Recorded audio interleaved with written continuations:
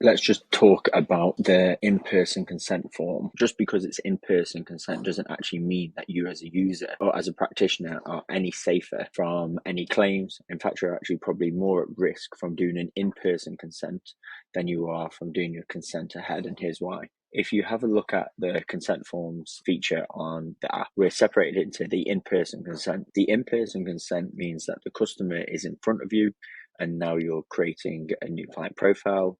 You're creating the time of the appointment, the consent, and selecting the aftercare. This means that the client's probably going to be having the treatment of the involved immediately after signing the consent. Now, the risks of having that are that you run the risk of people having no time to think about it. So there is the case that if a customer feels pressured into consenting and having the treatment, then actually you as a practitioner haven't taken proper due diligence, care and attention to the customer.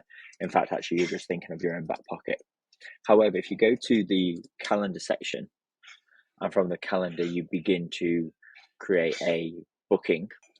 So the booking here, you can select the clinic in advance, the treatments, the time of the appointment.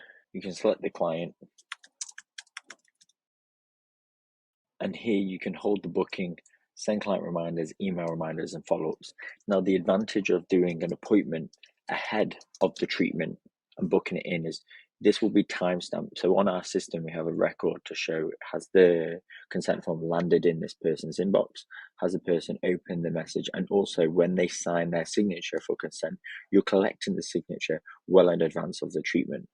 This is going to protect you because when the customer then comes in for their treatment and you follow up with the consent and you go through the consent form, not only is it saving you time in your admin time with other clients, and there's all that faff between handing each other the iPad and making sure consent forms and names are written correctly and addresses are put in correctly.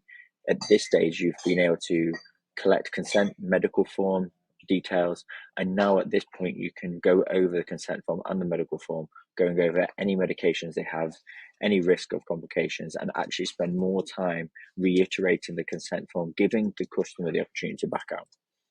People who are doing the in-person consent, they're taking away this privilege from the customer and therefore putting themselves at risk of the customer complaining and saying that they felt pressured into having the appointment following consent form. So if you're thinking that having a consent form is there, you're not actually so safe. Get the customer to book in. The customer then can make the booking. There'll never ever be the misleading argument that where the customer can say that that's not what they signed for, because when the consent form and the appointment booking form lands in their inbox, we timestamp that against their IP address, and then so that you know and the insurance provider will know that the customer's taken out the consent form and treatment in the privacy of their own home, giving them ample opportunity to not reply, not book in, not leave a deposit, whereas doing an in-person consent with no deposit runs the risk that this is actually a pressured appointment.